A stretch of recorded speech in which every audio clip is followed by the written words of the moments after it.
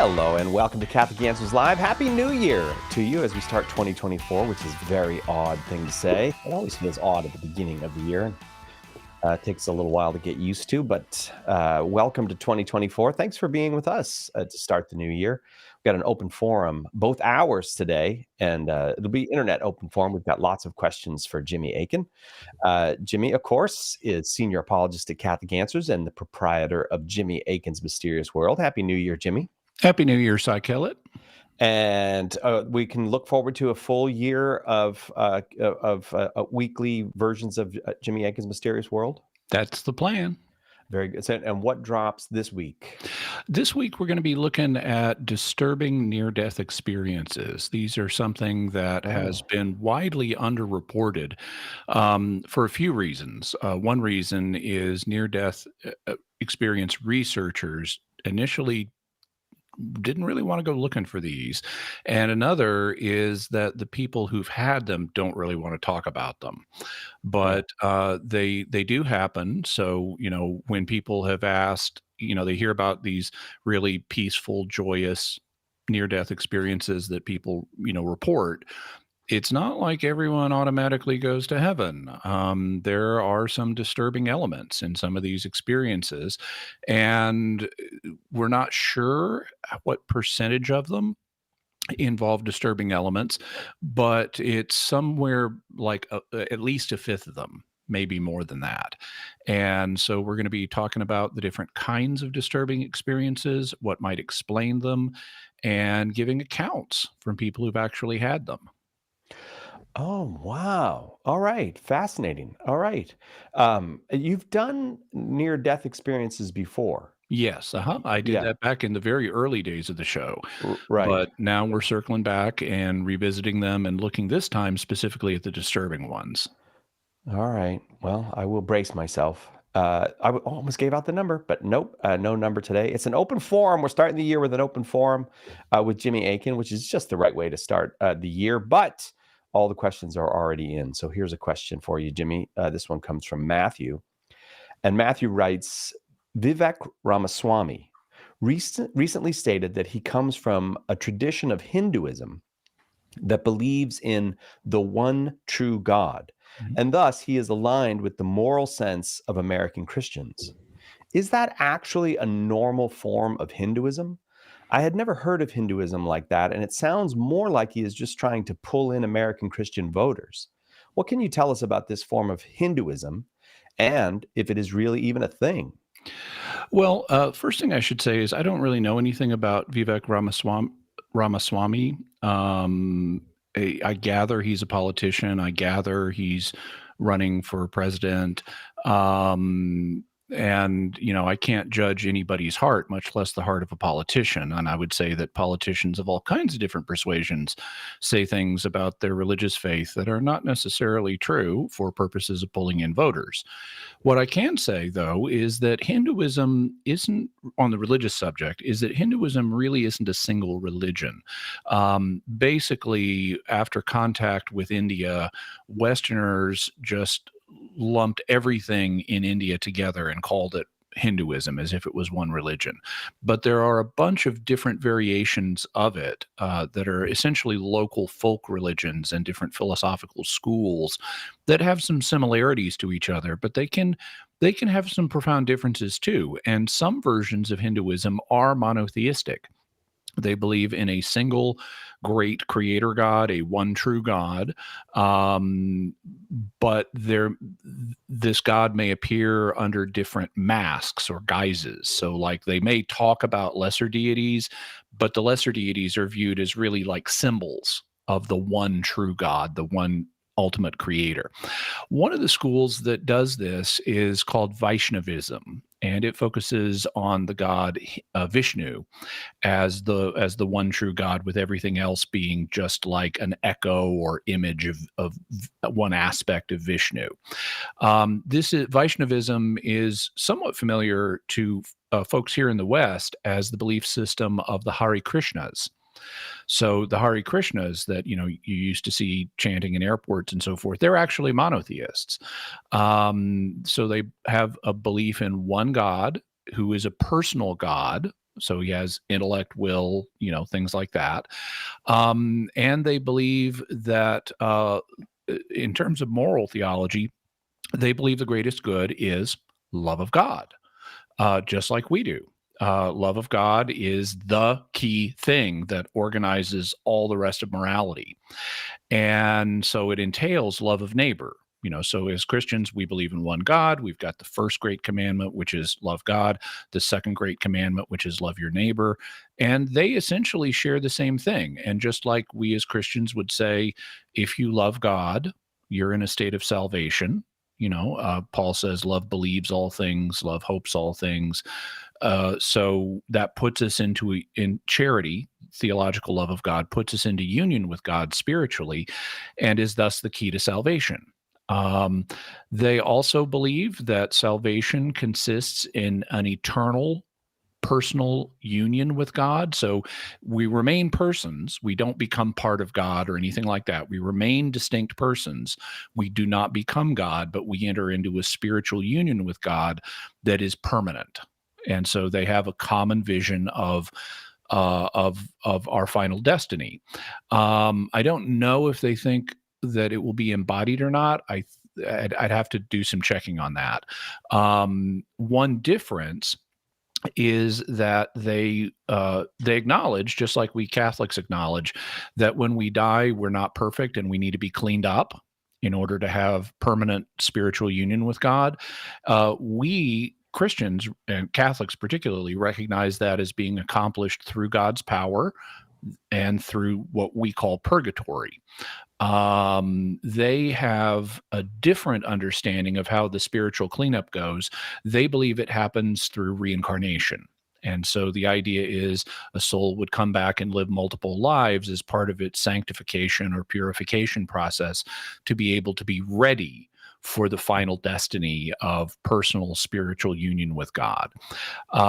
So essentially, we've got a lot of similarities here, but with reincarnation instead of purgatory being the cleanup process to get you ready for ultimate heaven. If people are interested in more on this, I actually did a dialogue with a Vaishnava scholar named Howard Resnick.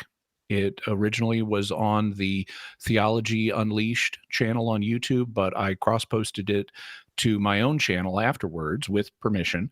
So if you go to youtube.com/Jimmy Akin and type in Hare Krishna, it will come up and you can watch me dialoguing for a couple of hours with a Vaishnava scholar.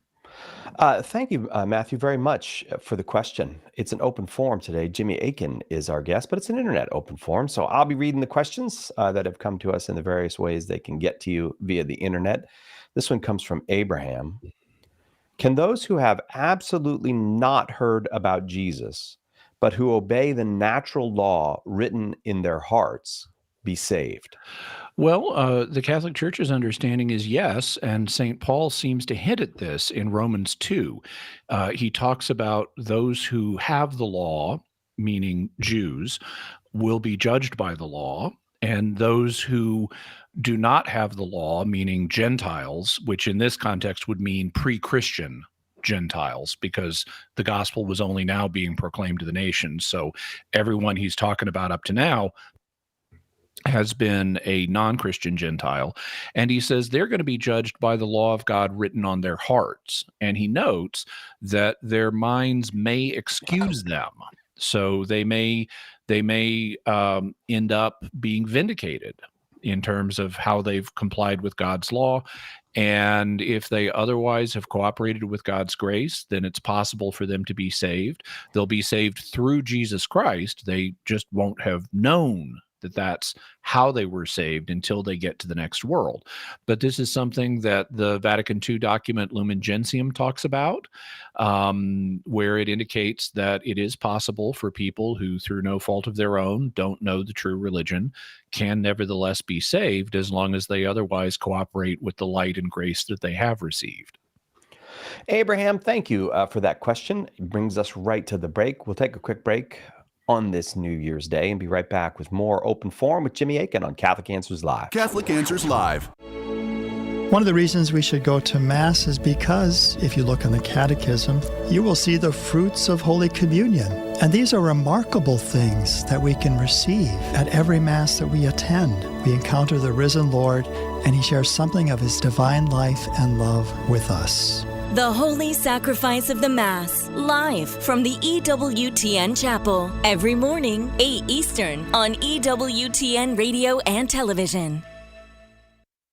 Are you a coffee drinker? If so, you can now enjoy a coffee roasted to perfection by the Carmelite monks of Wyoming. Delicious Mystic Monk coffee is roasted and prepared by monks in a hidden cloistered monastery and is available in over 25 varieties. All Mystic Monk coffees are works of perfection and labors of love. For more information on how to purchase Mystic Monk coffee, visit mysticmonkcoffee.com. That's mysticmonkcoffee.com.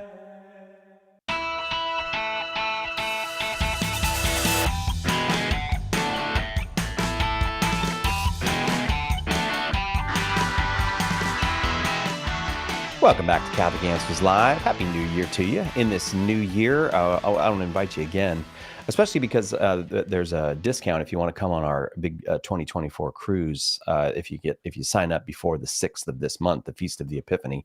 So I will invite you again to join us on the Catholic Answers cruise, which will start on June 29th in Montreal. It'll involve all kinds of conversation and lectures about Christianity in North America, about the Catholic faith in North America, of course, covering the Kateri Tekakwitha and the Jesuits of Canada and all of that.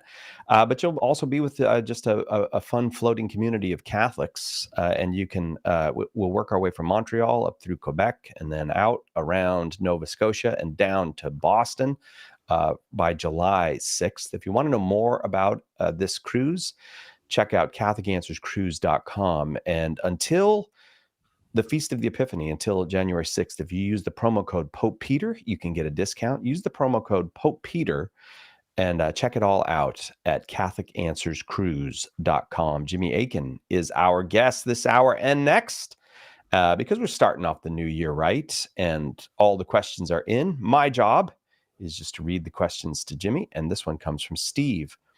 Does a pope participate in the infallibility of the ordinary and universal magisterium at all times? Or can a pope teach error on occasion? And when the pope teaches error on such an occasion, is he not acting as pope in that specific circumstance? Okay, so the phrase ordinary and universal magisterium is new in the history of Catholicism. It really only started to be used in the late 19th century. And I haven't seen anywhere that offers a formal definition of it, in a magisterial document. So let's back up and talk about that phrase, ordinary and universal magisterium. So magisterium means teaching authority. Ordinary means it's the ordinary mode through which the magisterium teaches. So it's not an ex cathedra statement by a pope. That would be extraordinary. It's not an infallible definition by an ecumenical council. That would be extraordinary. This is just the ordinary teaching that the pope and the bishops do in union with him. And so that's why it's called the ordinary magisterium. When you add the term universal, it's so ordinary and universal magisterium, it becomes a reference to the worldwide teaching of the bishops in union with the Pope. It's not just a certain select area, the bishops of the United States or something like that. It's all of the bishops of the world. And it's understood that when the bishops of the world in union with the Pope teach something definitively, meaning there's no possibility of debate or dispute on this, then that thing is infallible. So what's the relationship between the Pope and the ordinary and universal magisterium of the Church? Well, he's obviously not exercising that magisterium if he does something ex cathedra, if he makes his own personal, here's an infallible definition of something. So he's not always in all times, as Steve asked, he's not at all times teaching as part of the ordinary and universal magisterium. He may be teaching as part of the ordinary and universal magisterium, but not all the time. So let's look at the times when he is teaching as part of the ordinary and universal magisterium. He would have to be in agreement with the bishops of the world that something is definitively to be held in order for it to be infallible. If he is not in agreement with the other bishops, if he's not teaching that in agreement with the other bishops, then he's not protected by infallibility. So there's lots of occasions, in fact, the vast majority of occasions, where the Pope is exercising his ordinary magisterium and his teachings are non-infallible. And so he could be wrong in those situations. So, the ordinary and universal magisterium does not mean the Pope is always right in everything he says. His teachings ordinarily are non-infallible. When it comes to if he is saying something that is erroneous, is he acting as Pope in those circumstances? Well, this is a question that hasn't really been explored. He obviously, if he teaches something, even though it's wrong, it has canonical effects. For example, you're not allowed to dissent from it. Dissent meaning publicly oppose it. You might privately disagree with it, but you're not allowed to publicly oppose it. And so there are canonical effects from his teaching, even if it's mistaken. I would therefore be disinclined to say he's not acting as Pope, because it has canonical effects if he does this. So it seems to me he is acting as Pope. He's just mistaken in what he said, and we can privately, counsel that he revisit this teaching. We can pray that the truth will ultimately win out, and we can be confident, because of God's providence in the church, that even if a pope or another bishop says something that's mistaken, that ultimately the truth will emerge, and there will be a correction on that point at some date in the future. Steve, thank you for the question. Open forum, Jimmy Akin, our guest, Jimmy, the proprietor of Jimmy Akin's Mysterious World. Did you do a big year-end show last week, Jimmy? Last Friday?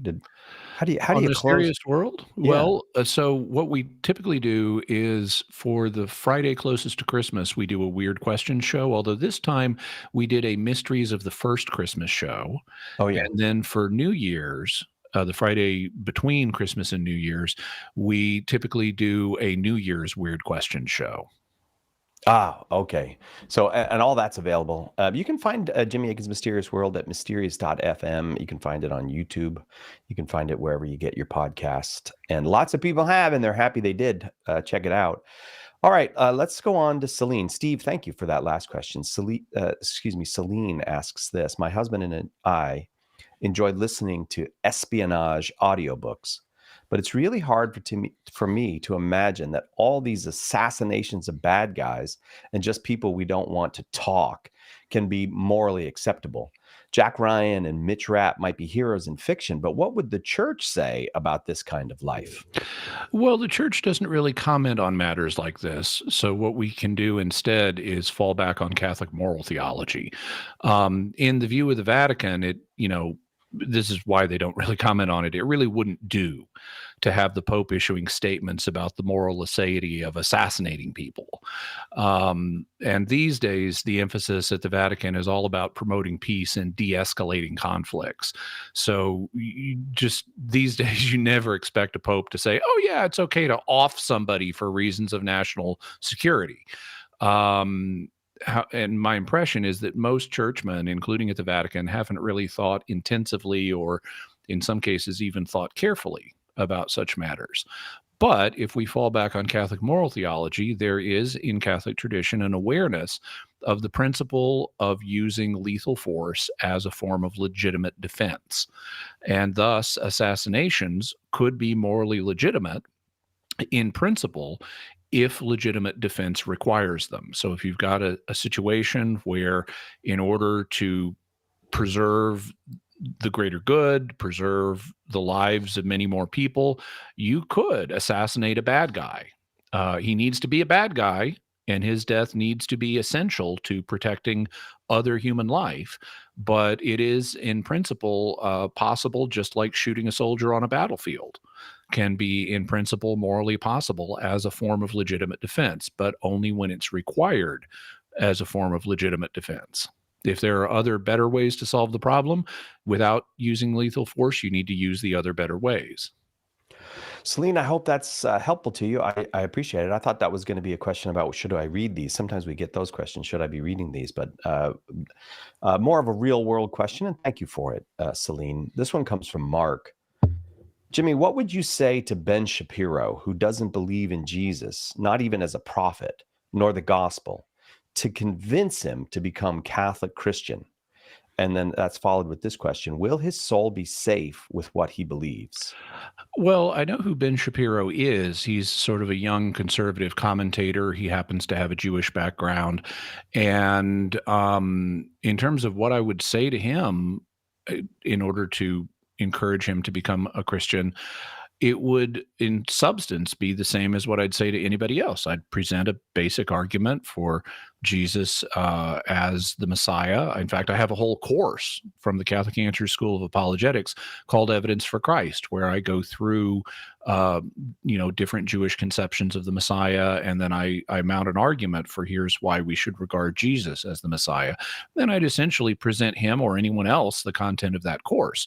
It deals both with how Jesus fulfilled various messianic prophecies, and in particular, how Jesus's resurrection from the dead, which is a miracle we actually have good evidence for, is something that provides evidence that Jesus is the Messiah. So that's the basic content I'd present to him. In terms of how I would present it, though, I'd need to talk to Ben just like I'd need to talk to anybody else. I need to feel out the contours of his present belief system. I need to ask questions. I need to ask, what stops him from being Christian. It could be as simple as I just haven't seen evidence for it, or he might have particular objections that would need to be dealt with. And so I would customize how I present it to him based on his answers, because we always want to ask people about their beliefs and their concerns and their objections, because we want to provide the best possible presentation of the facts in favor of Christianity to each person. We don't want to just ram a standard program of discussion down their throat. We want to treat them as human beings who we respect and whose concerns we care about. So we need to understand their concerns and ask them questions, and then frame our responses in a way that will benefit them, that will help them, that will be more understandable to them. In terms of will his soul be safe with what he currently believes, I can't answer that question. I can't judge the heart of another person. We mentioned that it is possible for people, including non-Christian Jews who are non-Christian through no fault of their own, to be saved by God's grace, as long as they otherwise cooperate with the light and the grace that they've received from God. And so it's possible for him to be saved. It's possible for his soul to be safe, but I can't judge his heart, and therefore I can't discern the state of his soul. Mark, thank you for that question. On we go. It's an internet open forum. Jimmy Aiken, our guest. This next question comes from Mandy. Mandy says, I'm interested in why there's a bit of Greek inserted into the Mass with the Kyrie. Mm-hmm. Why Greek and not Latin? Is it in Latin in the extraordinary form? Are there other places this occurs in liturgy that I'm not thinking of? Well, Greek is a very influential language in the history of Christianity. It is, after all, the language the New Testament is written in. And early on, there were loads of liturgies celebrated in Greek. In fact, even in Rome itself, where Latin was a common language, a lot of people spoke Greek.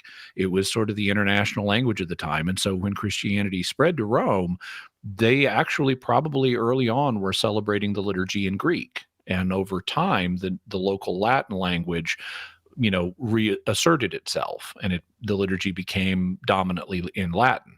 In other parts of the world, it's still in Greek and has always been in Greek.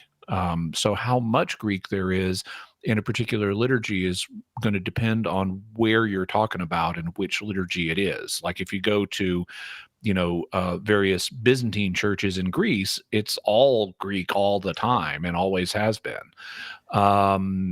My understanding is that, so the Kyrie is the part of the liturgy early on in the liturgy of the word where we say, Kyrie eleison. Kyrie is the word for Lord, and it's in a form called the vocative. But what the vocative is, I'll tell you on the other side of the break. That is a pro. Leaving you with a tease. Hang on if you want to know what the vocative is in Greek. We'll be right back with more Open Forum with Jimmy Akin. Lots more questions to come as well right after this on Catholic Answers Live. Why We're Catholic is the one book you can hand to anyone to invite them into or back to the Catholic faith. With more than 400,000 copies sold, Trent Horn's book has had a #1 ranking on Amazon.com for 5 years running. Now available in softcover, bulk cases, ebook, and on Audible. Find out what the excitement is all about. Order your copies of Why We're Catholic at shop.catholic.com or at a good Catholic bookstore. Visit whywe'recatholic.com. If you're not a Bible scholar, the full message of how the Sunday Mass readings fit together can be tough to comprehend. Apologist Carlo Broussard is here to help. Join Carlo every Friday for the Sunday Catholic Word podcast. In each episode, he unpacks the scripture readings for that Sunday and brings them all together so you can better understand and defend the faith. Visit SundayCatholicWord.com to subscribe. That's SundayCatholicWord.com. What if the voice of your deepest doubts about Catholicism rose up in the form of a human being and challenged you to defend your most foundational beliefs? That's the task apologist Trent Horn took upon himself in his new book, Devil's Advocate, a dialogue with his own best objections against the faith that he professes and defends. You can stand up against your doubts, and Trent will show you how. Pick up your copy of Devil's Advocate today at shop.catholic.com or at a good Catholic bookstore near you. Our Lord needs articulate defenders of the truth to spread the joy of the Catholic faith. Catholic Answers Monthly Giving Club, Society 315, helps you fulfill the call in 1 Peter 3:15 to always be prepared to make a defense for the hope that is in you.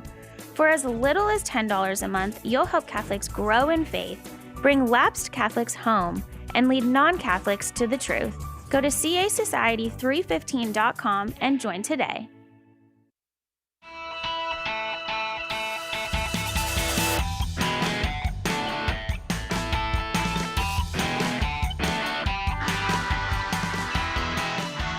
Welcome back to Catholic Answers Live. The tension is palpable. We've been waiting to hear about the vocative tense. Vocative, excuse me, the vocative tense. Case. That's what... Man. All right. Well, maybe I should... Throw it Mandy's over question was about the Kyrie. Yeah. Yeah, and you were answering about why we have the Kyrie in Greek in the Mass. Yeah. So the Kyrie is the part where it sometimes we say it in English, which is Lord have mercy. Sometimes we say it in Greek, which is Kyrie eleison. Kyrie is the word for Lord, but nouns in Greek take different forms depending on what role they're playing in a sentence. So like if the word Lord is the subject of the sentence, like if I said the Lord went down to the river Jordan, Lord, it would take the form kurios, which is what's called the nominative case. The nominative case is what you use when a noun is the subject of a sentence. It would be different if it were the direct object or something like that. Now, when you directly address a person with a noun that describes them, like Lord, the noun takes what's called the vocative case. This is where you're invoking somebody. You're talking directly to that person and using a word for them. So, Cy Kellett, if I were talking to you, I might say Mr. you know, Oh, yeah. Right. and they don't really have a word for Mr. exactly in Greek, but you could actually use kurios for it. You could use the word for Lord in place of Mr. And when you do that, it shifts from kurios to kurie, except in modern pronunciation, we don't say kurie, we say kyrie. So it's that form, that kurie, that, or kyrie, that makes it a direct address. We're talking directly to the Lord Jesus. Okay. And then we say eleison, which basically means have mercy. And so, and then the same thing happens with the second part of it, where we say Christ have mercy. In Greek, Christe eleison. People will know the Greek word for Christ is Christos, but that's the nominative form. So if you want to talk directly to Christ, you shift it into the vocative, and just like kurios becomes kurie, Christos becomes Christe, or the way we say it in English, Christe. So we then say, Christ have mercy, and then we go back to Lord have mercy for the third part. So that's what the Kyrie is. And my understanding is it's just a survival of the original Greek liturgies that they celebrated in early times in Rome, and then the rest of the Mass shifted over into Latin, but this element of it stayed in Greek. And my understanding is this is also, in the traditional form of the Mass, the Tridentine form. I'd have to check to verify that, but I'm quite sure it's there. Are there other places, Mandy asks, where this occurs in the liturgy? Well, I'm not thinking of any off the top of my head that that involve Greek in the current Latin liturgy. But the same basic phenomenon happens, but with other languages. It happens with Hebrew and Aramaic. So there are various Hebrew expressions, like where we refer to, when we say amen, that's a Hebrew word. It means so be it. Or when we say the Lord God Sabaoth, Sabaoth is another Hebrew word. And so is hallelujah, except the Latin alphabet doesn't have a letter to represent H, the H sound. And so they drop the hallelujah, the on hallelujah, and it becomes alleluia, because the Latin alphabet didn't have the right letter to preserve the full pronunciation of the word. So there are other survivals from biblical languages. Another one from Aramaic is Maranatha. Mar is the Greek word for Lord. An is a suffix that means our. So maran means our Lord. And then athe means come. And so when you say Maranatha, you're saying our Lord come in Aramaic. But anyway, that's kind of a sketch of how these, for historical reasons, little nuggets of the original languages end up showing up in the liturgy today. Mandy, thank you very much. Appreciate the question. It's an open forum today, but it's an internet open forum. All the questions have come from the internet for Jimmy Akin. And this one is from Nicholas. What if there was a virus that killed suddenly, so we couldn't make other provisions, all the wheat, yeast, whatever, to make up bread, so bread couldn't be made in any form, and grapes, so bread and wine couldn't be made? What then? Would God make that impossible? So Nick is asking this because of what that would do to our ability to celebrate the Eucharist, because in order to celebrate the Eucharist, you need wheat bread and grape wine. And if all the plants, all the wheat plants and all the grapevines died because of viruses, we wouldn't have any more. We wouldn't be able to make it. Would God miraculously prevent that by making it impossible somehow? Well, a fundamental answer is we don't know. We haven't been in this situation, and we can't say for sure. On the other hand, it's kind of hard to imagine that God would want his church to exist indefinitely without the ability to celebrate the Eucharist.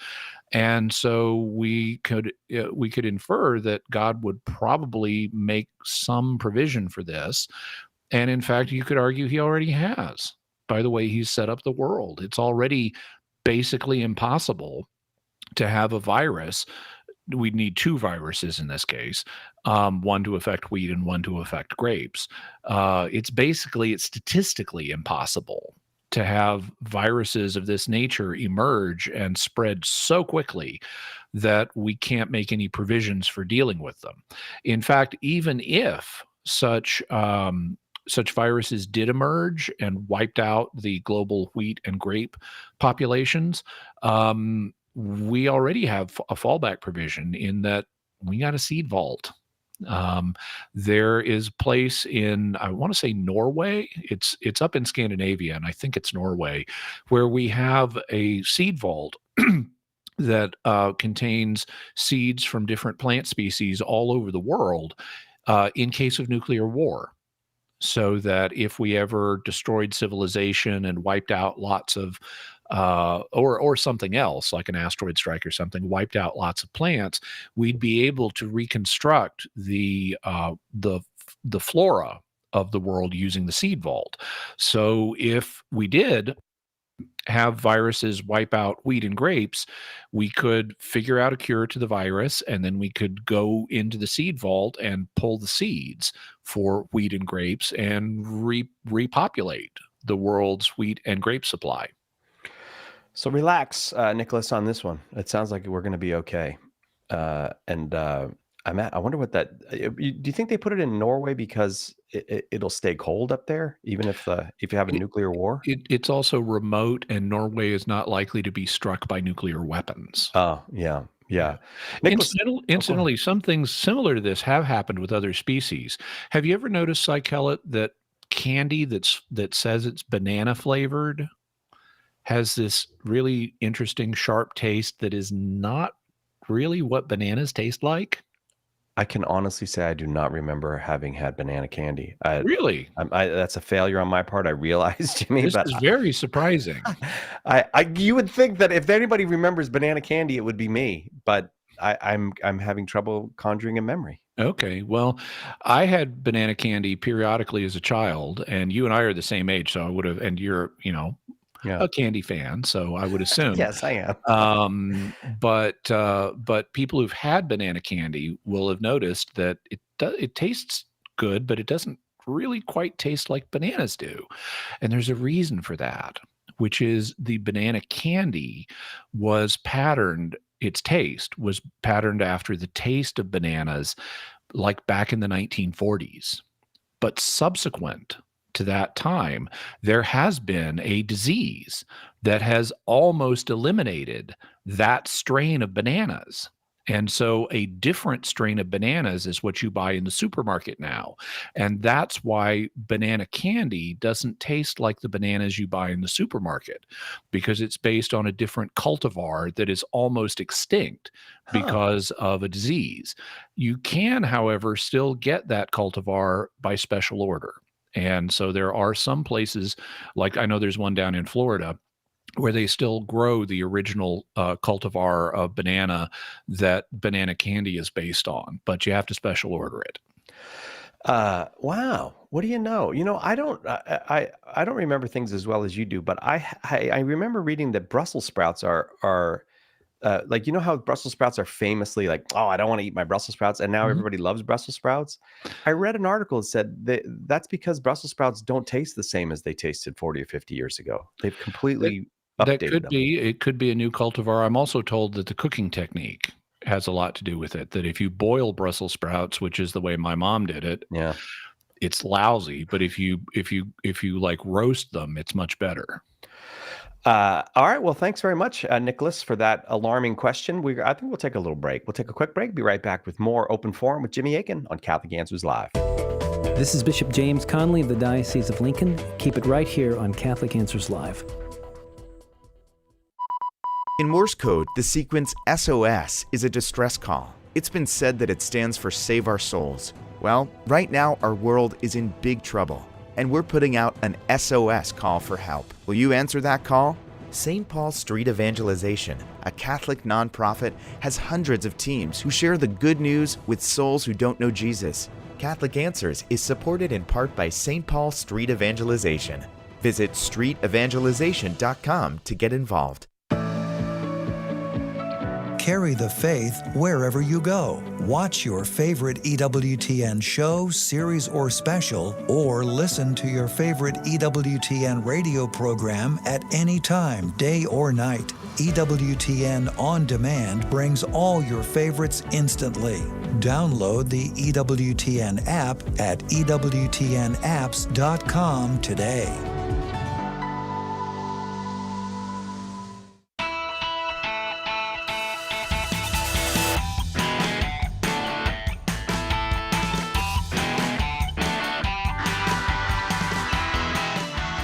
Welcome back to Catholic Answers Live, and if you're just joining us, Happy New Year to you. We're awful grateful you took the time to listen on New Year's Day.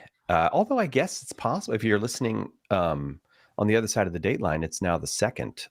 So still I can say Happy New Year's. It's January, and we're doing an open forum. Jimmy Aiken is our guest, and all the questions have come via the internet. And this one comes from Mark. If God cannot change the whole God is simple argument, then did Jesus always have his human nature? And if not, how does being born from a woman and gaining a human nature not change God's nature? Thank you, Mark.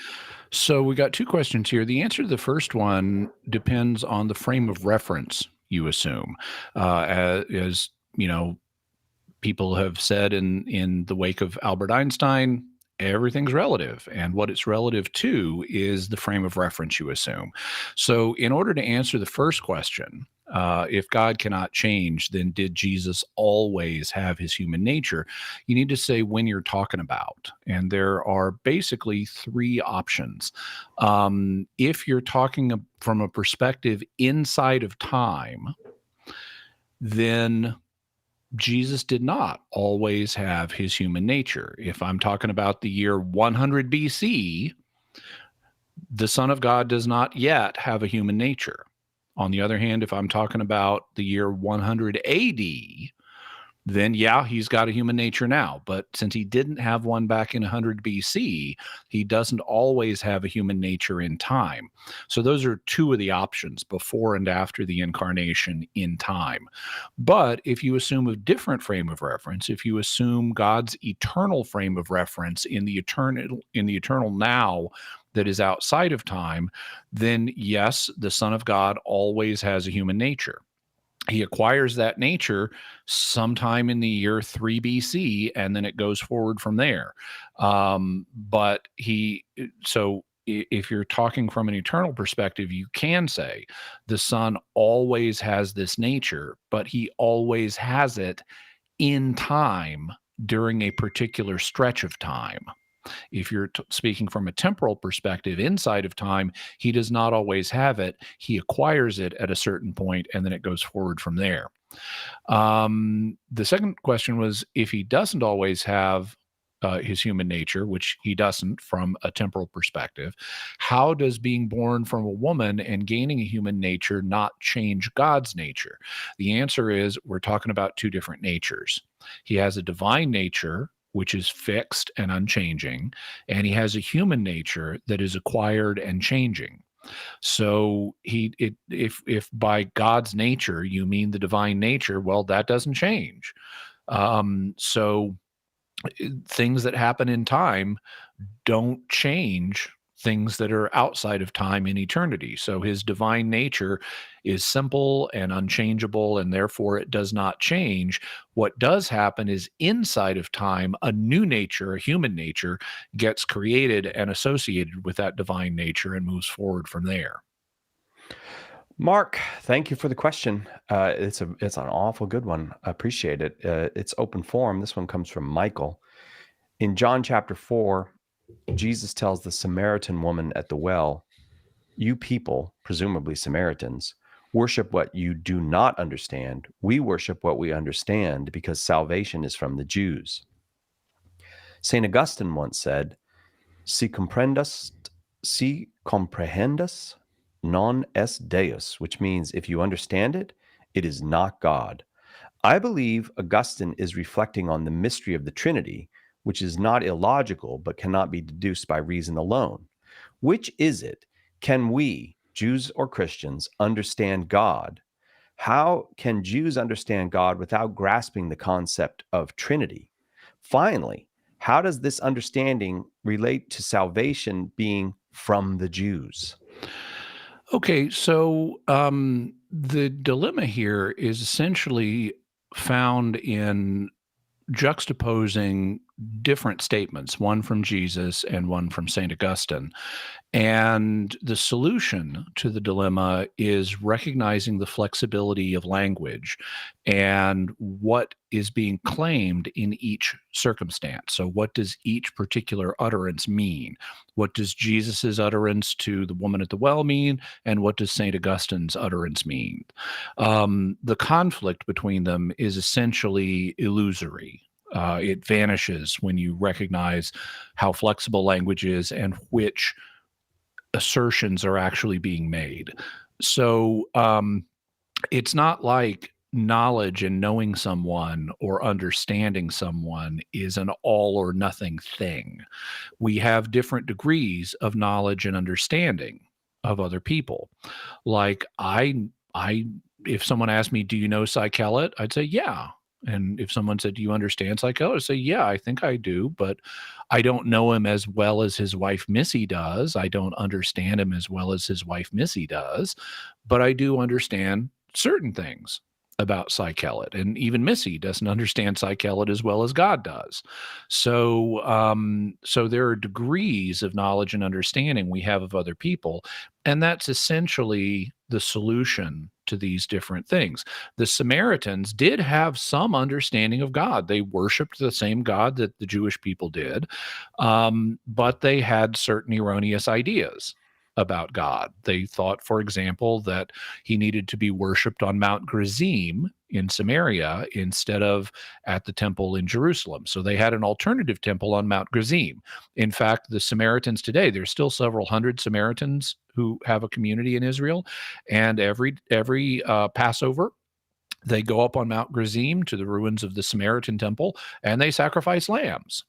And they're keeping the Passover. They're just doing it where they believe God needs to be worshipped instead of where Jews believed God needed to be worshipped. And so Jews would perform the Passover in Jerusalem and the temple there. So the Samaritans had some understanding of God. And in John 4, what Jesus is saying by saying, "You guys worship what you don't understand, but we Jews worship what we do understand," he's essentially saying Jews have a fuller, more correct knowledge of God. And he links that to salvation being of the Jews in the sense of that's the Jews are the place, I want to say the locus of salvation, that salvation spreads from to all other peoples, including Samaritans. But the sort of the epicenter of salvation is with the Jewish people. And so they have a higher understanding of God than other people at the time did. When we come to St. Augustine saying, if you understand it, it's not God, he means if you think you fully understand it, it's not God, because God is infinite and therefore transcends the human ability to fully understand. Anything that's infinite is something we can't fully grasp. And so if you think you fully understand God, you're wrong. Whatever you're imagining that you fully understand is something less than what God actually is, because his mystery is infinite and therefore transcends human understanding. So really, all three of these situations exist on a spectrum of knowledge and understanding. The Samaritans had some understanding of God, the Jews had more understanding of God, and God's full reality transcends any human understanding, which is Augustine's point. When it comes to how can Jews understand God without grasping the concept of the Trinity, well, they just didn't know about it. And this is again just part of degrees of knowledge and understanding. I know some things about Cy Kellett, and that doesn't stop me from knowing him, but I don't know everything about Cy Kellett. There are some things Cy Kellett has never revealed to me, like what his blood type is. So, I know, so yeah, I know Cy Kellett, I relate to Cy Kellett, but I don't know what his blood type is because he's never told me. And in the same way, Jews and Samaritans knew God and related to God, but he hadn't yet told them he was a Trinity. So they didn't know that, just like I don't know Sikelet's blood type. There were some hints in the Old Testament that pointed in the direction that there might be more than one person in the Godhead, but it was not clearly understood, and the doctrine of the Trinity had not been formally revealed until the time of Jesus. But just like I don't need to know Sikelet's blood type in order to know Sikelet, Jews and Samaritans didn't need to know about the Trinity in order to have a relationship with God. Michael, thank you very much for the question. It's an open forum. Jimmy Akin is our guest, and I want to give him as much time as I can to answer the next question. So here it is. Steve asks this. What were the larger ramifications of the Pope publishing Mit brennender Sorge, and were they enhanced by the fact that the encyclical was published in German? Okay, so this is a reference to an encyclical that was published by Pope Pius XI in the years leading up to World War II. Pius XI was extremely concerned about Nazi ideology, and he wrote an encyclical in order to condemn Nazi ideology. The encyclical is called Mit brennender Sorge, which is German for with burning anxiety. So the Pope is writing out of burning anxiety about what the Nazis are doing in Germany. This is in the 1930s, before the war actually starts. And in order to make it more impactful, because encyclicals are normally written in Latin and then they're translated into other languages. This one was actually written in German to say this is to just underscore the Pope's point about he's really concerned about what the Nazis are doing. And then because he knew the Nazis were a bunch of totalitarian jerks who would try to stop the distribution of the encyclical, he arranged to have it smuggled into Germany and read at all parishes on the same day. So the Germans wouldn't even find out about it until it had already been read in the parishes. Otherwise, they could try to stop it. And so what was the German reaction when all that happened? Well, they were honked off. The Nazis really did not like this happening. And so they did several things. One of the things that they did was they went to 11 different presses that had published the encyclical, that had printed it in Germany. And they closed the presses, maybe smashed them up, and they confiscated every copy of it they could find. Hitler also considered revoking the Concordat that Germany had with the Vatican, which was basically an agreement to, let the church continue normal operations in Germany. It's basically a treaty saying, okay, we're going to let you do your Catholic thing here, and we won't stop you from doing that, but we also don't want you doing various other things. And Hitler, undermining the state or whatever. And this is similar to concordats that existed in other nations. Well, Hitler was regularly accused by the Vatican of violating the concordat and unduly interfering with Catholic affairs. And after the reading of Mit brennender Sorge, Hitler seriously considered revoking the concordat. But that would have negative consequences elsewhere in Europe, and he needed to maintain diplomatic relations with other states for the time being because the war hadn't started yet. And so he ended up not revoking the concordat, but he did step up persecution of the church, including having show morality trials where they would take a bunch of Franciscan monks and put them on trial claiming they were homosexuals and things like that. So it stepped up Nazi persecution of the church after the encyclical came out, but it didn't end up with a total ban on Catholicism at that point. But Hitler and his aides predicted there would be a reckoning with religion once they won the war, which fortunately they didn't. Steve, thank you. Appreciate that question. It's open forum today, and Jimmy Akin is our guest. It's an internet open forum for the new year, and lots more great questions to come. I see questions about Bigfoot and what words rhyme with orange, and also a lot of important questions about the Catholic faith, all to come right after this on Catholic Answers Live.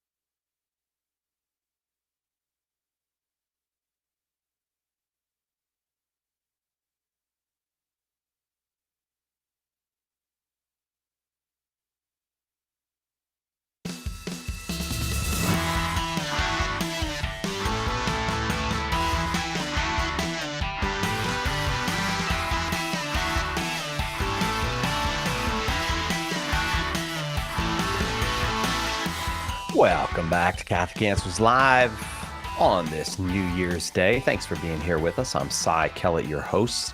And we've got an open forum for you for this New Year's Day, but it's an internet open forum. Lots of cool questions for Jimmy Akin, senior apologist at Catholic Answers, the author of The Bible is a Catholic Book and a Daily Defense, 365 Days plus one to Becoming a Better Apologist, and The Words of Eternal Life, True Happiness and Where to Find It, and so many other things. Also the proprietor of Jimmy Akin's Mysterious World. Welcome back, Jimmy Akin. Howdy, Cy Kellett. I am looking into getting myself some banana candy after that last hour. I gotta. I don't know what Darren mentioned. Runts, and I kind of remember those. So I don't know why I have no memory of having eaten banana candy. There are others too. In fact, I remember eating little candies that are shaped like bananas that are banana flavored. All right. Well, they'd also have like those chalky candies. Some of them were banana flavored too. You know where you find candy stores?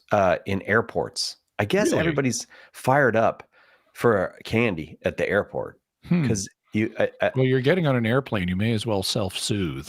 Yeah, I guess so. Yeah. So, all right. Next time I'm in an airport, which I hope will not be anytime soon, enough traveling for a while. But next time I'll see if I can find some banana candy at the candy store. Open forum means people get to ask Jimmy whatever they want, and people know when it's Jimmy, they can ask whatever they want. And this one comes from Hubert. Is there any real evidence for the existence of Bigfoot? Well, there's certainly evidence that's proposed for Bigfoot, like all of the tracks, for example, that Bigfoot is reported to have left at various locations. I mean, that's a form of evidence. Now, what you make of that evidence is kind of up to you. There are some tracks that are clearly fake, that are made with fake footprints. There are also other tracks that may be mistaken, paw prints from animals, particularly if they're in snow or mud or some medium that distorts what the original track looked like. Like if you have an animal stepping almost in its own previous tracks, it could look like one elongated track. But there are other tracks that are harder to explain that way. The book that's in print that I'm aware of that tries to mount the largest scientific case for the existence of Bigfoot is called Sasquatch. That's the name of the book, Sasquatch. It's by a professor of anatomy and anthropology named Jeff Meldrum. Meldrum. So if you'd like a really, and I plan to cover it in the future on Mysterious World. I did way back in like episode 2 or 3, 5 years ago, I did a basic look at Bigfoot, but I plan on revisiting it now that I've been able to dig into the research deeper. And I will be covering information from Sasquatch by Jeff Meldrum. Oh, very good. Well, we got that to look forward to then. Thank you very much for the question. Appreciate that. And that was Hubert. And you know what? I'm going to go to Joe's question. We'll have a little fun to start the hour here. Joe wants to know, are there any words that rhyme with orange? In English. Go ahead, Jimmy. Yeah, so this is so famously, orange is not supposed to have any words that rhyme with it in English, and it doesn't have any direct rhymes that most people know about. But we've actually covered this question before on the show. This is not the first time I've had this question, but I'll answer it again just to be nice. So there are various words in English that are sort of slant rhymes with orange, like scavenge. Oh, yeah. Is a slant rhyme for orange. There are others like plunge, grunge, sausage, sponge, things like that. But are there any words that are direct rhymes for orange? The answer is yes. There are at least 2. One of them is the word sporange. A sporange is a kind of spore sac, meaning a little growth that spores come in. Another is a place name Blorange, which is a mountain in Wales. So you've got sporange and blorange as direct rhymes for orange. It literally sounds like you asked a 6-year-old child to make up those rhyming words.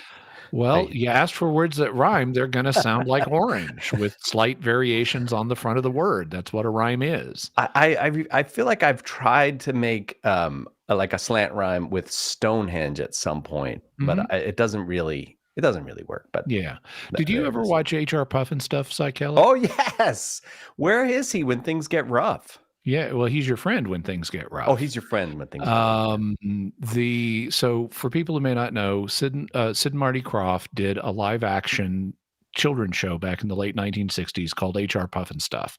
He was a talking dragon that was the mayor of Living Island, where everything was alive, even things like houses were alive. And the antagonist on the series, the main antagonist, was a character played by Billy Hayes named Witchy Poo, who was a witch. And this show, being in the late 1960s, had musical elements. I know where we're going now. And there were songs. Like, for example, the human protagonist, who was sort of the guy, the kid that H.R. Pufnstuf looked out for, was a human named Jimmy. And in one episode, Witchy Poo turns Jimmy into a mechanical boy. And so, this being a show with music, Jimmy gets to sing I'm a mechanical boy, like a mechanical toy. And he has this whole song about being a mechanical boy. Well, Witchy Poo also got to sing. And one of her songs was Oranges, Poranges, who cares? There ain't no rhyme for oranges. Except there is. Sporange and blorange both rhyme with orange. Oh, Witchy Poo. It's both a moral and a practical failure, Witchy Poo. Joe, thanks for the question. This one comes from Mike. I heard a claim that the Pope changed the Bible for is it Panari people, Jimmy? Yeah, sure. Panari people, and it blames them for Jesus's crucifixion. It didn't sound right, but I couldn't find any evidence either way. They claimed evidence from a book, but that's all I've heard. Well, I haven't seen primary source documents on this either, but I have read about, what supposedly happened, and it wasn't the Pope, as far as I know, who was involved. So the Panari people live in the Amazon in Venezuela, and they are a tribal people. And in the 1970s, Christian missionaries started working with them, and they had some initial difficulty communicating the substance of the Christian faith to the Panari people. And so what at least the story is they rewrote the Gospels to bring out a truth. The truth is that Jesus died for our sins. So there's a sense in which all human beings are responsible, because we're all sinners, we're all responsible for Jesus's death. And consequently, you'll find various magisterial documents saying, so don't just blame Jews. We're all responsible because we're all sinners. So you can't look at any one group and treat them as, oh, they're the ones responsible for Jesus's death. We're all responsible. Well, to help make the Christian faith vivid for the Panari people, what these missionaries did, allegedly with the consent of the local Catholic Church, was they kind of did a representation of the Gospels where they highlighted the fact that the Panari people, like other people, were responsible for Jesus's death.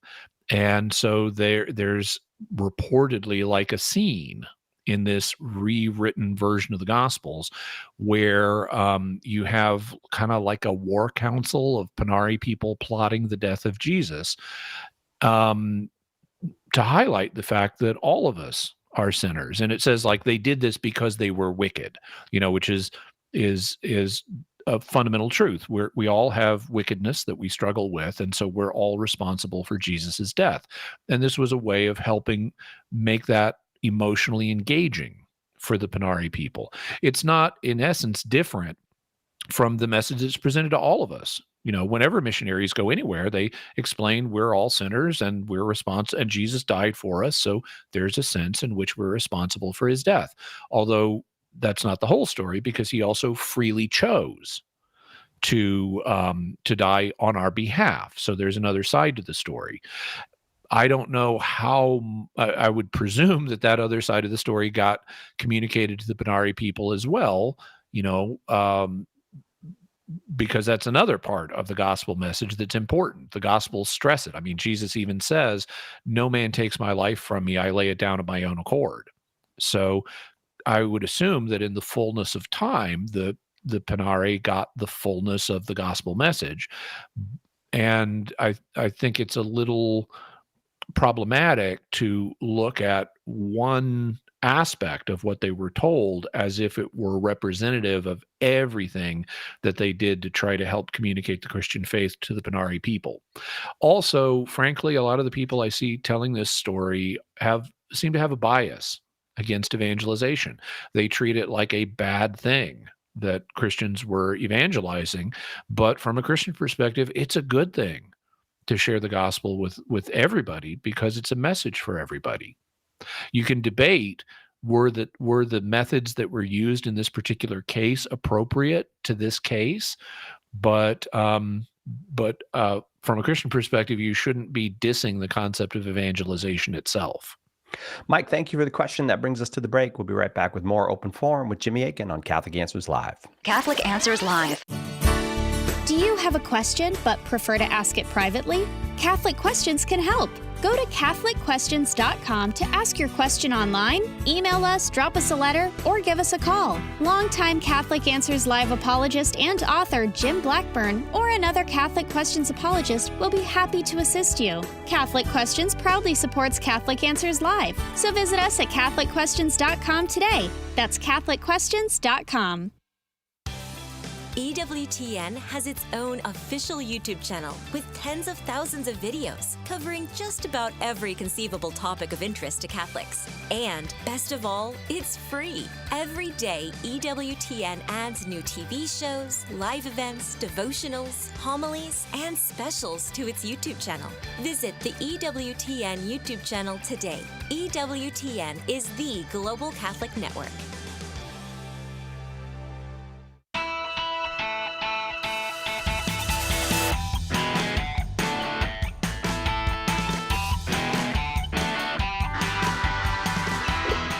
Welcome back to Catholic Answers Live. I'm Cy Kellett, your host. Jimmy Akin is our guest, and we're doing an internet open forum today.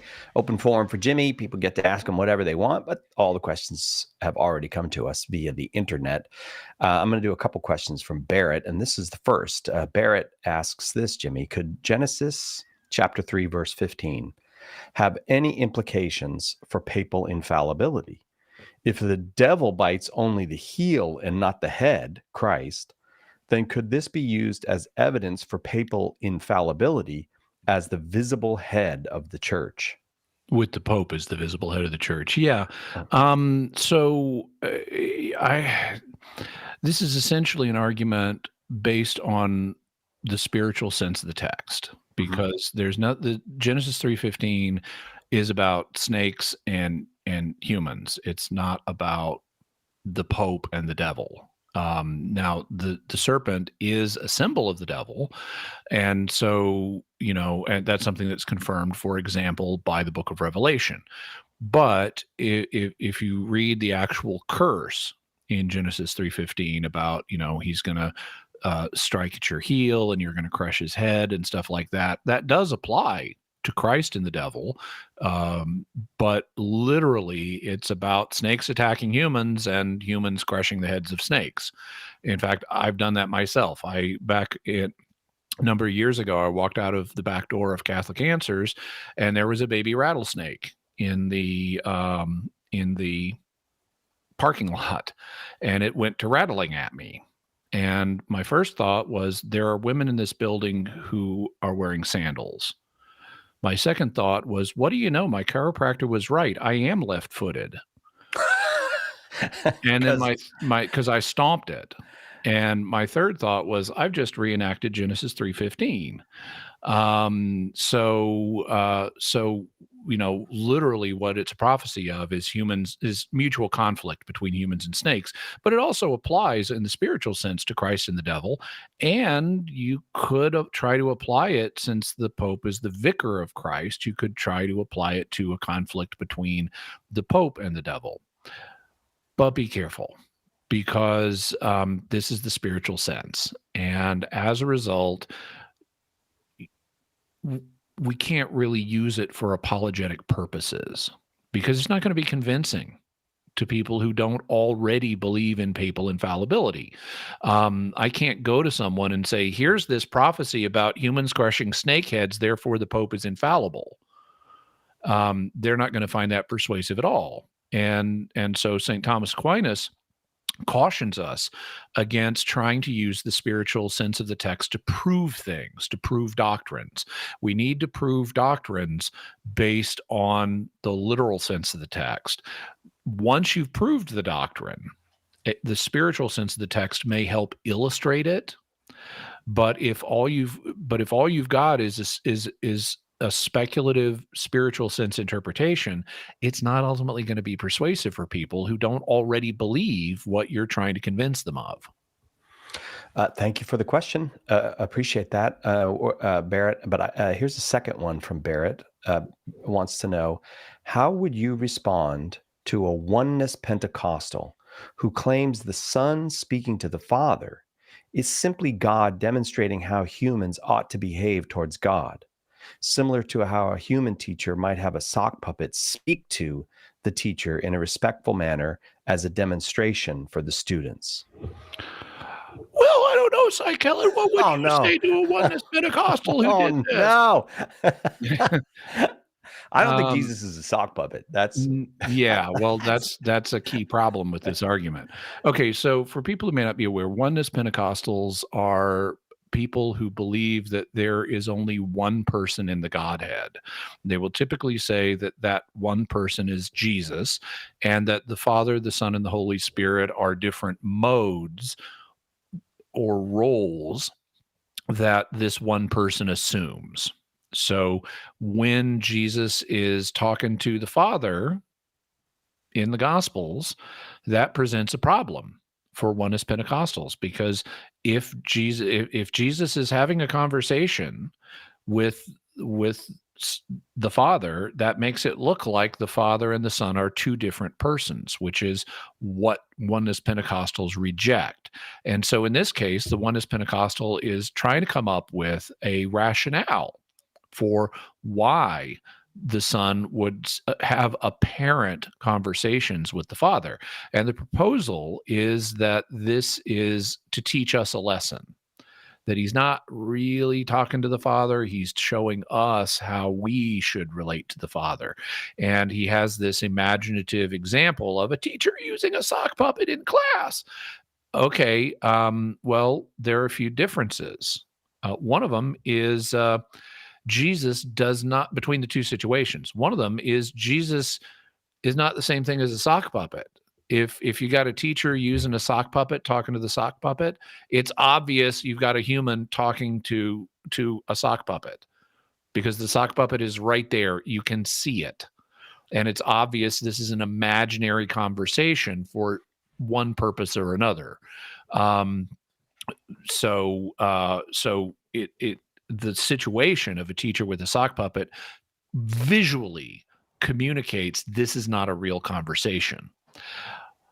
But we don't have that with Jesus, because he's a human. He's a man. He's human. He's not a sock puppet. And he's having a conversation with the unseen Father, just like other humans have conversations with the unseen Father.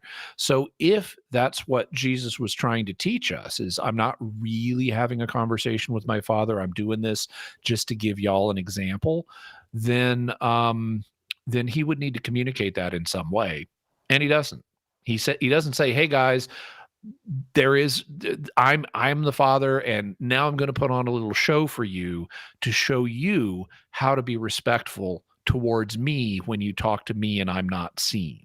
He doesn't say anything like that. And consequently, we don't have reason to believe that's what he was doing. Instead, we need to go with the appearance. The appearance is he's having a conversation with the unseen Father, just like other people do. And furthermore, if he did want to teach us this lesson, why would he want to teach us to be respectful when we talk to the Father? Why would he do this? Because people are already being respectful to the Father. I mean, lots of people are. And he didn't say, by the way, guys, watch how respectful I'm about to be. So this is just, frankly, this is desperate speculation to try to retrieve a hypothesis that is otherwise damaged by the evidence of the text. The evidence of the text presents this as a real conversation between two distinct persons and not as a kind of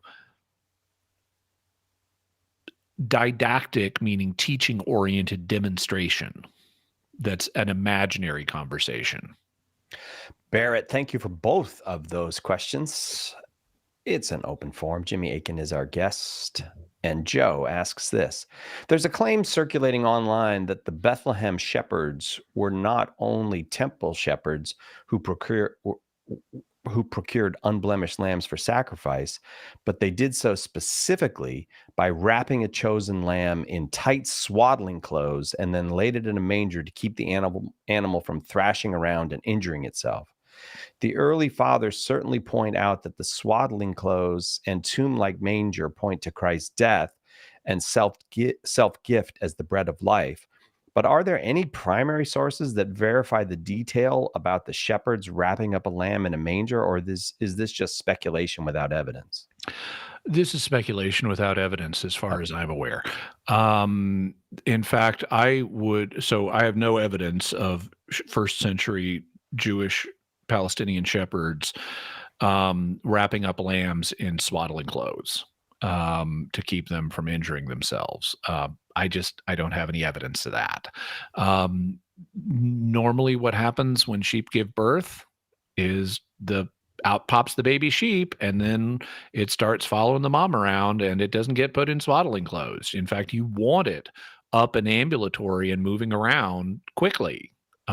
So wrapping it up so it can't move doesn't really make a lot of sense from an animal husbandry perspective. I could be wrong about all that, but that's my understanding.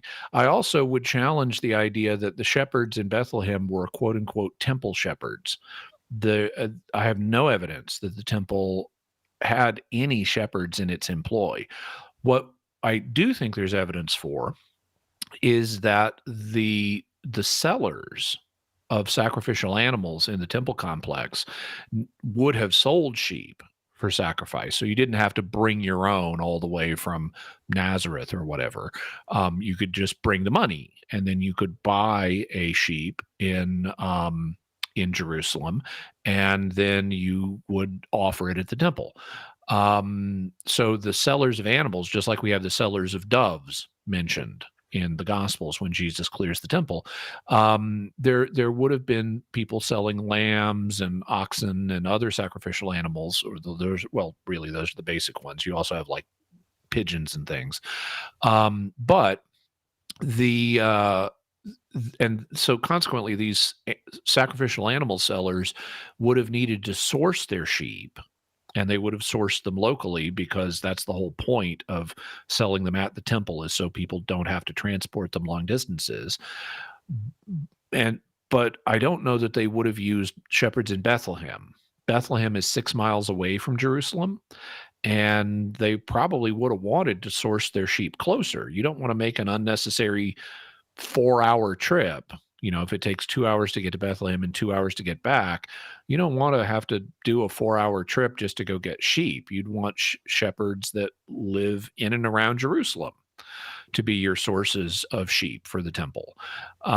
Also, even assuming there were shepherds in Bethlehem who were working for the sacrificial animal sellers, or who were providing sheep to the sacrificial animal sellers, they probably weren't exclusively doing that. And even if there were such shepherds, they probably would have been a small part of the shepherds in the area, because sheep were not just used at the temple.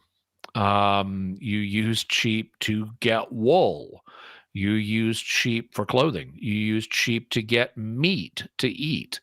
The shepherds themselves would get milk to make to drink and to make cheese out of. And so you had a lot of products that you would make from sheep, and use at the temple was a small part of the overall sheep industry in the area. So temple, was there some use of sheep? Yeah, but it was a small part of what big sheep was all about. And so big sheep would have had lots of shepherds who were just ordinary shepherds in this area like every other area. And so I think it's a mistake that goes beyond the evidence we have to characterize these shepherds as temple shepherds. Don't get in the way of big sheep, though. When the resurrected Jesus appeared to disciples on the road to Emmaus, they didn't recognize him until the breaking of the bread. The same is true today. In the Holy Eucharist, we really meet Jesus. In The Eucharist is Really Jesus, author Joe Heschmeyer explains how knowing Jesus in the Eucharist is the key to understanding all of Christian faith.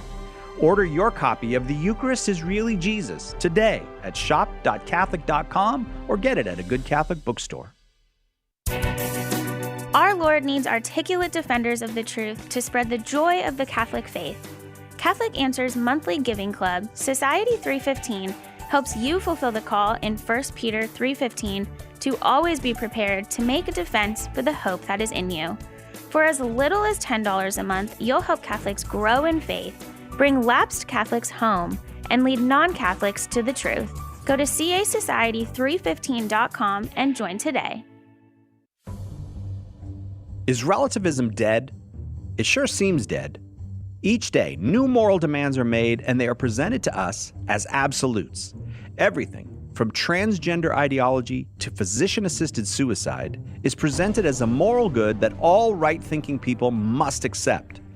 But Catholic Answers' own Carlo Broussard says look deeper, and you will see today's moralism is just relativism dressed up in new clothes. Carlo's eye-opening book, The New Relativism, shines a light on how the sacred moral teachings of this age cover up a deep denial of moral truth. Order your copy of The New Relativism today at shop.catholic.com and be prepared to defend the truth against aggressive relativism. The New Relativism at shop.catholic.com or ask for it at a good Catholic bookstore near you.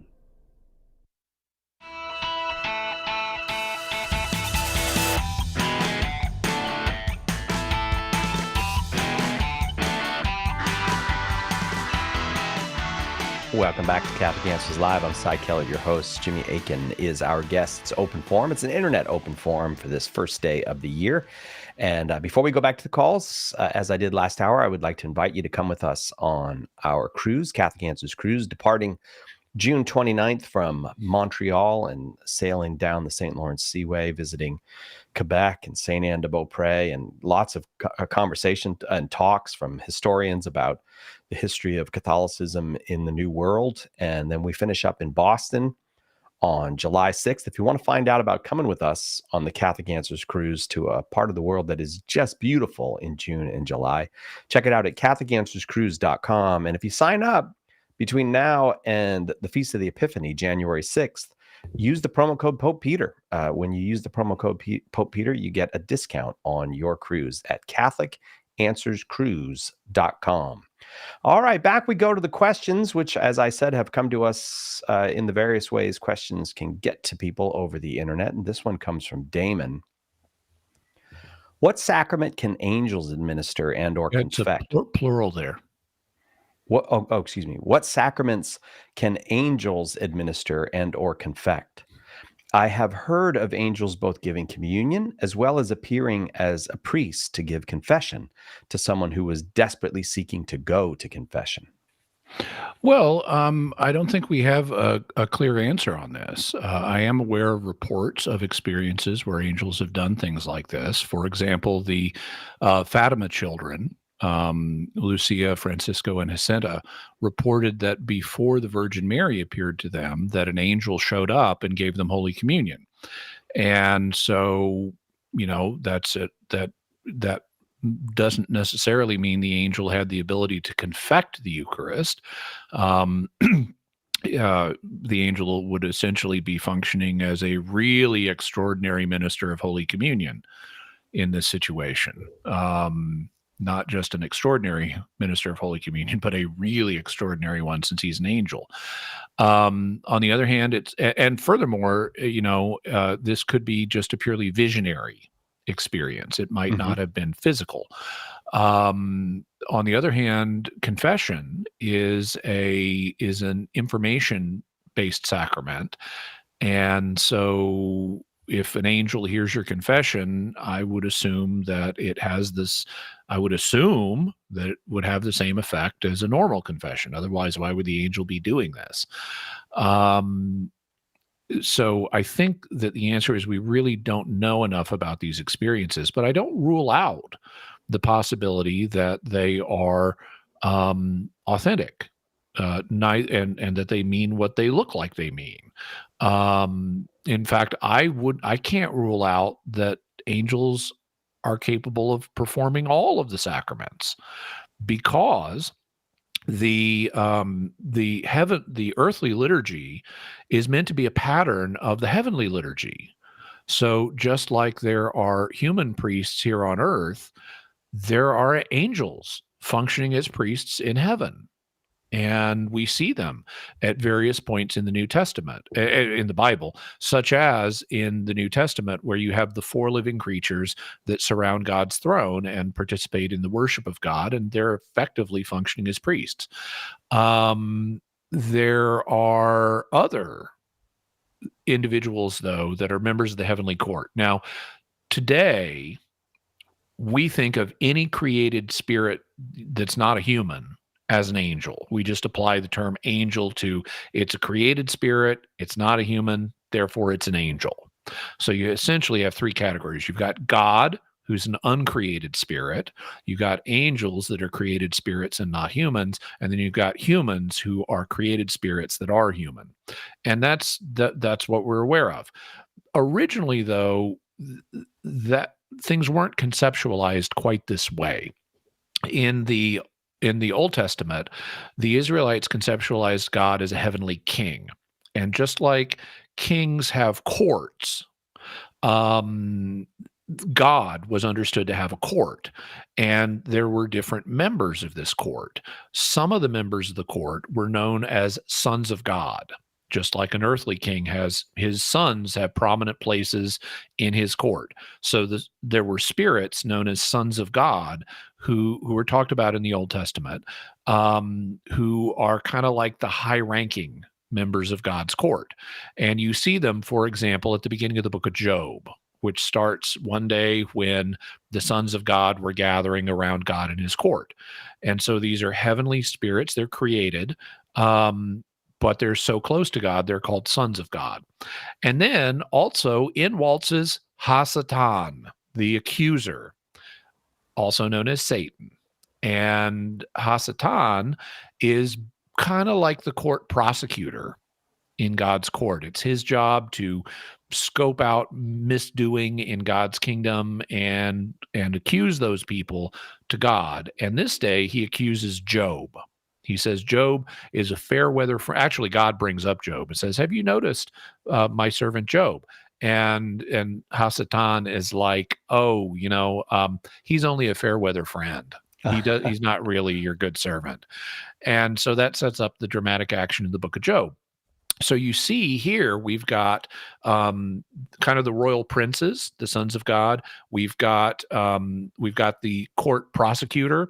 We later meet other members of the heavenly court. There are guards. That's what the seraphim are. Believe it or not, seraphim were like snake-like angels that and we know what they look like. There are parallels in Egypt. They're called uraeuses.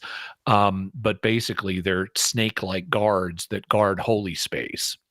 And it seems weird to us because of the association of the serpent and the devil, to think of God having serpent guards.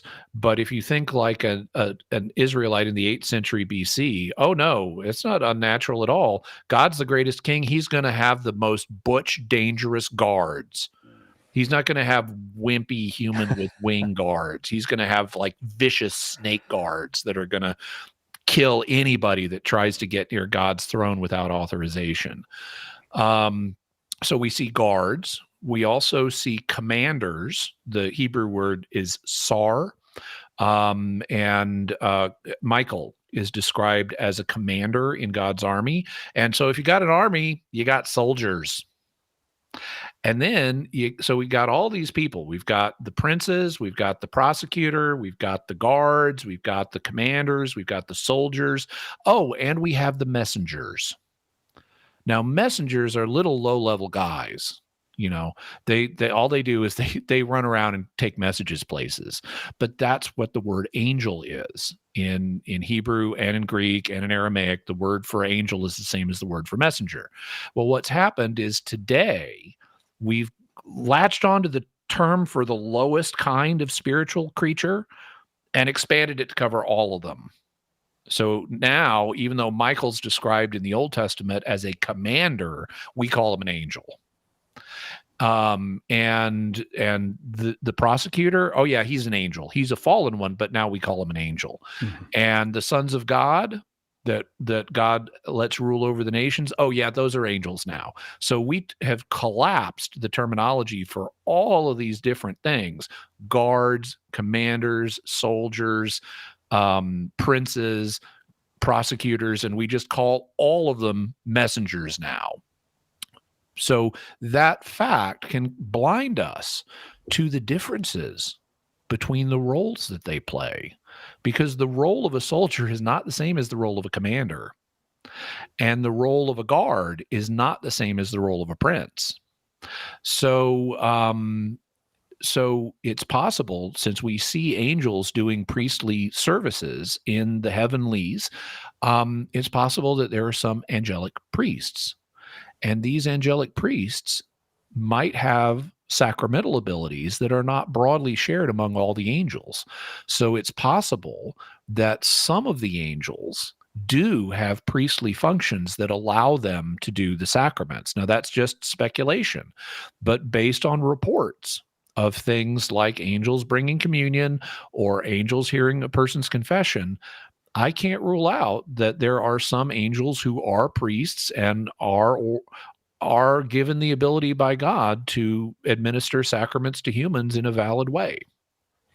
Damon, thank you for that question. And the next question is also an angel question. So I'm going to go right into that. Anthony asked this, Jimmy: does each person have a guardian angel who specifically has only ever been assigned to them, or do they guard different people throughout their careers, in quotes? So I think that we have to be careful here, because we have not been told hardly anything about how guardian angels work. We've been told that they exist. Jesus refers in the Gospels to the angels of children never failing to see the face of his Father, which means they always have guaranteed access to the throne room. If an angel learns that something bad is going on with one of their charges, they get straight away admitted to the throne room and get to tell God about it. Yeah. So we know that guardian angels exist, but beyond that, we really don't know how the system works. It is commonly assumed that we each have one guardian angel who is assigned to guard just one person, that's us, and that guardian angel never guards anybody else. Maybe that's true. Maybe that's the way it works, but that's an assumption, and we don't know that. There are other possibilities. It could be, okay, Jimmy Akin has a guardian angel, and once Jimmy Akin is safely in heaven, that guardian angel is freed up for other labor, and he can guard somebody else now. That's a possibility. It's also possible that guardians may guard more than one person at a time because they're not subject to human limitations. So it could be Jimmy Akin has a guardian angel and Cy Kellett has a guardian angel, and they're the same guardian angel, that he's guarding both of us at once. And he can do that as long as he has the ability to do that. And so God's not going to assign an angel to a task the angel is not competent for. So if God has given angels the ability to guard more than one person, then there's no problem with people sharing a guardian angel. And who knows how many they might share, or who knows how many people an individual angel is guarding. Maybe an angel can guard 500 people at once or 1,000 people at once. What we can be confident of is that he will be competent at his task. If his task is to guard 1,000 people, God will make sure he has assigned the right angel to that task, and everybody will be properly guarded. By the way, in light of my comments about our terminology for the different members of the heavenly court, notice the paradox here with us talking about guardian angels. Oh, right. So that would mean guardian messengers. Are they guardians? Are they guards? Or are they messengers? Notice the paradox. They're really guards. They're created spirits that God has assigned to guard us, so they are guards. But yet, because we've just lumped every created spirit under the heading messenger, we call them guardian messengers or guardian angels. But they're really guards. Anthony, thank you very much for the question. I have the image, Jimmy, of you safe in heaven and the guardian angel getting another assignment and being like, "Oh man, I got to do Mysterious World for all those years, and now I gotta guard somebody else." No, that's not how angels look at it. Angels would look at angels would rejoice in any task that God gives them, and so any new person would not be unfavorably compared to me by the angel, but would be celebrated by the angel as a new opportunity to help guide a soul to heaven with different and interesting circumstances that differ from those that applied to me. Oh, yeah. All right. Damon and Anthony, both of you, thank you for the questions about these intelligent spiritual beings. We'll take a very quick break. Be right back with more Open Forum with Jimmy Akin on Catholic Answers Live. Hang on. Catholic Answers Live will return in a moment.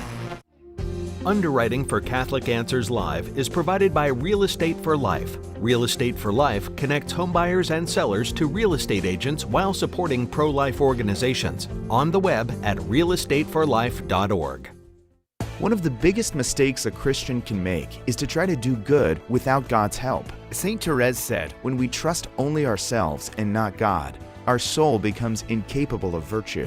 Her remedy? Works of charity. And the greatest work of charity is to share the gospel. At St. Paul Street Evangelization, a Catholic nonprofit, we encourage you to share the gospel with someone who doesn't know Jesus. Catholic Answers is supported in part by St. Paul Street Evangelization, streetevangelization.com. The most original and exclusive Catholic content is on EWTN Radio. Human beings are God's greatest masterpiece. Every person is made in the image and likeness of God. But every saint, that is, every person who accepts God's invitation, his upward call to make them holy. And so every story presents us with a unique masterpiece that God is writing. The Journey Home, tonight, 8 Eastern, on EWTN Radio and Television.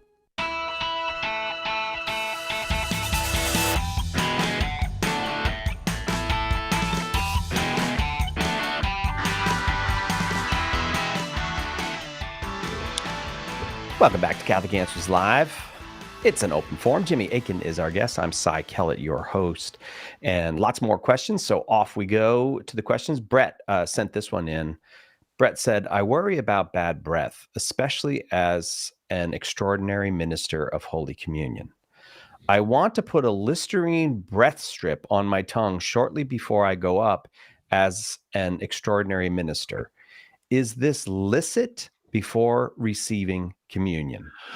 So I would say, yeah, it's licit. What the Code of Canon Law says, and I want to say this is Canon 919, is that the faithful are to abstain for an hour before receiving communion from food and drink. and then it notes water and medicine are exceptions, but what we're to abstain from is food and drink, and it omits it, but it points out water's an exception to the drink, and then food is not really. Medicine is not really food, but it's they want to point out, hey, take your meds. So that's why that's there, even though medicine is not food. Okay. They just want to avoid any confusion on that point. Well, breath spray and breath strips and mouthwash are not food. You are not nourishing your body by taking those. So they don't fall into the category of food and drink any more than other things that you might put in your mouth would be food and drink that are not meant to nourish the body in some way. So, like if you sloshed your mouth with motor oil, okay, that's not nourishing your body. It's not going to taste very good either, but it's not food or drink. And because you're not getting any nourishment from sloshing motor oil around your mouth. Same thing if you rinsed your mouth with alcohol or something, which will hurt like heck if you've got any cuts in your mouth. But, if you were disinfecting your mouth that way, and sometimes they, like dentists, if you got a tooth abscess or something, they may give you something to slosh around in your mouth as a disinfectant. Well, it's not nourishing your body. It's therefore not food or drink. And so mouthwash, breath spray, breath strips, it's not food or drink. You're not taking it for the purpose of nourishment, and therefore I would say it is not prohibited by the Code of Canon Law. Brett, thank you for the question. Jimmy, you've been doing this a lot longer than I've been doing it, but you don't often see a question you have not seen before. I have not seen that question before. No, really? You may have, but... Well, I've not only seen the question before, I've lived the question before. Because I'm going to mass. Do I want to freshen my breath first? Well, I can, because this is not food or drink. So I've already considered it just from my own experience. Again, Brett, thanks for the question. This one comes from Kelly. Hi, Jimmy. If Adam and Eve had not sinned and brought death upon us, how are we supposed to end up in heaven? Were we to stay in the Garden of Eden for eternity?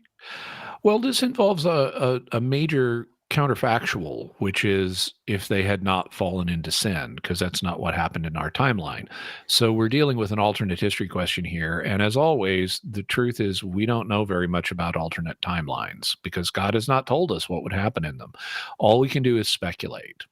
But I think there is a data point that is relevant to speculating here.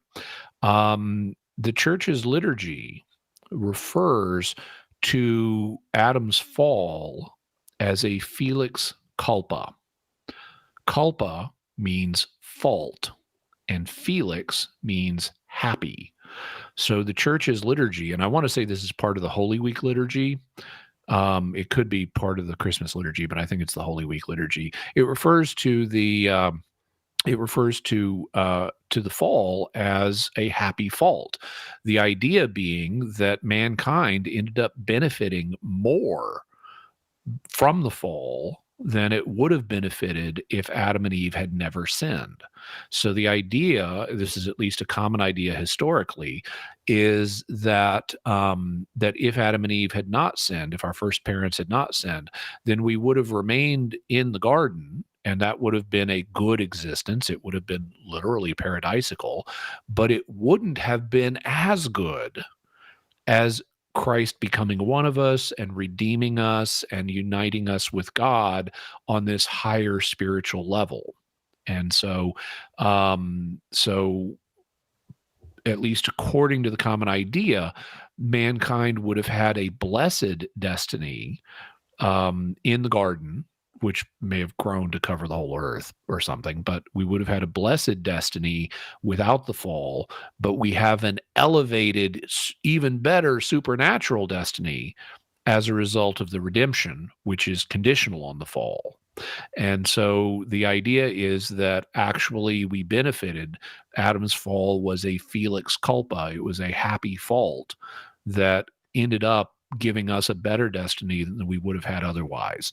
Now, that's, you could speculate in other ways. You could say, well, maybe we would have had the full destiny that we do now anyway, but that's not how it's traditionally been regarded. Kelly, Thank you very much. Appreciate the question. On we go.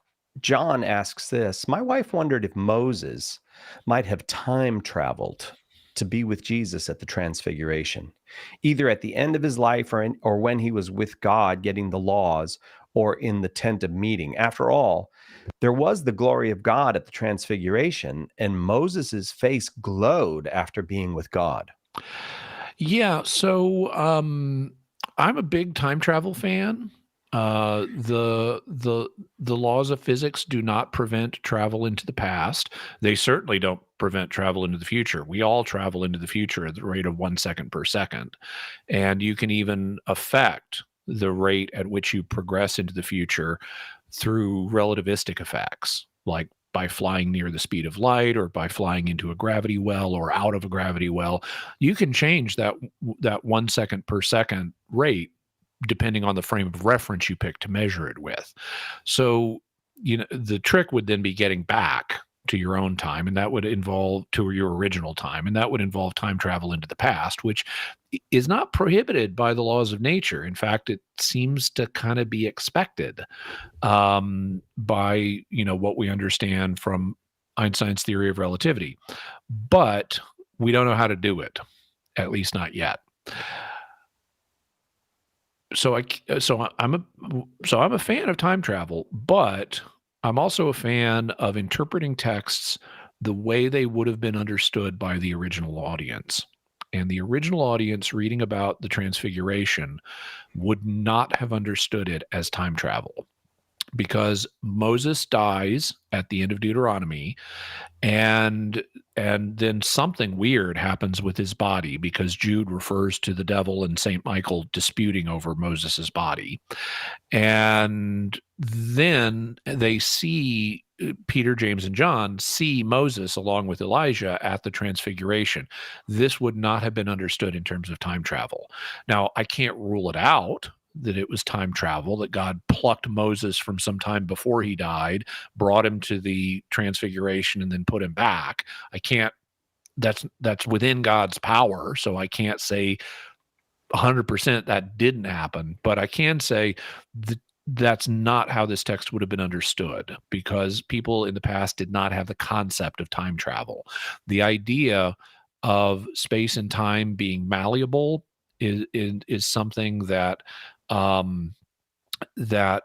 really only became accepted in popular consciousness after Einstein. So after the early 20th century, there had been a few experiments with time travel in fiction, like Mark Twain's King Arthur or Connecticut Yankee in King Arthur's Court. But the way time travel worked there is essentially magic. And so time travel was really not part of the mental map that the original readers of the Gospels had. And so they would assume that this is the spirit, possibly reunited with the body, of Moses in continuity from the past. It's not plucked out of the past and brought here. It's like, this is the spirit of Moses as it is today. Or this is the spirit and body of Moses as it is today, not dislocated in time. And since that's what the original audience would have assumed, and that's what the original author would have assumed, I think we need to stick with that unless we have good reason to think otherwise, and I don't see good reason to think otherwise here. Is it interesting to you, Jimmy, that both Moses and Elijah, who are with Jesus, seem to have some unusual event with their body at the end of their life? Because Elijah gets assumed in heaven. Yeah. He goes up in a whirlwind. You often hear about him riding in God's chariot, but that's not actually what happens. God's chariot shows up when Moses ascends, but he's caught up in a whirlwind. Elijah. Yeah, I'm sorry. Elijah gets caught up in a whirlwind for the actual event. It is interesting. They both have unusual circumstances connected with what you otherwise would think of as their death. I think the real reason they're both here, they represent the law and the prophets. Moses represents the law, Elijah represents the prophets. And so this shows us how the law and the prophets both testify to Jesus. Well, thank you. Thank you for the questions. Thanks, everybody. I know there are more, but we'll have more Internet Open Forums with Jimmy throughout the year. Happy New Year, Jimmy. Happy New Year, Cy Kellett, and to all the audience as well. And looking forward to lots more mysterious world, weird questions, Bible questions with Jimmy Akin all throughout the new year. That will do it for us for today. We will be back tomorrow with more live radio, God willing, right here on Catholic Answers Live.